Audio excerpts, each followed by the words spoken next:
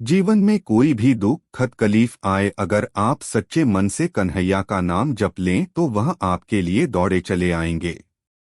इसका जिक्र तो आपने ग्रंथों में भी पढ़ा होगा।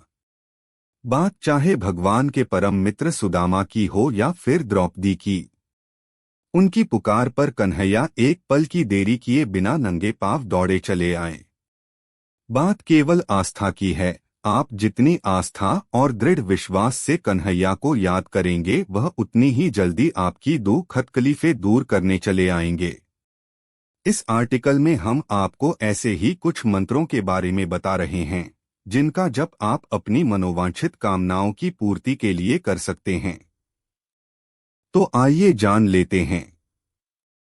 हम जिस मंत्र की बात कर रहे हैं उससे स्वप्न में ही आप जान सकते हैं कि आपका कार्य सिद्ध होगा या नहीं। लेकिन यहाँ यह जान लें कि इस मंत्र में किसी भी तरह की गलती यानी कि दोष नहीं होना चाहिए। यह मंत्र है उकारपण्य दोषोपहत स्वभावः पृच्छामि त्वां धर्म सम्मुर्जेता है। यच्छ्रेयः स्यान्निश्चितं ब्रूहि तन्मे शिष्यस्तेह शाधीमा त्वां प्रपन्नम। यह मंत्र श्रीमद्भगवद गीता के सांख्य योग में आया है।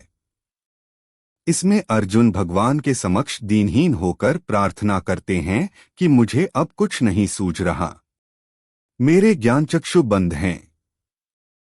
हे श्री कृष्ण, आप इन्हें जागृत करिए। मेरे अंतःकरण को प्रेरणा देकर मुझे सही मार्ग दिखाइए।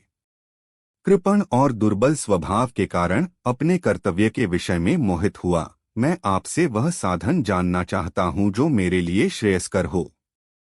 उसे कहिए, अब मैं आपका शिष्य आपका शरणागत हूँ, कृपया मुझे उपदेश दीजिए।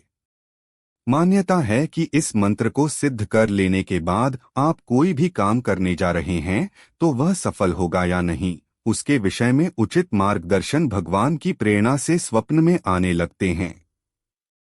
किसी भी कार्य की सिद्धि के विषय में स्वप्न में प्रेरणा मिलने लगती है।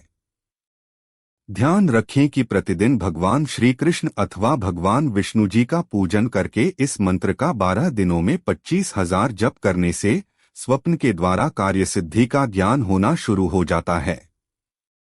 लेकिन इस मंत्र में दोष होना अशुभ माना जाता है, इसलिए इसका जप किसी विद्वान की देखरेख में ही करें।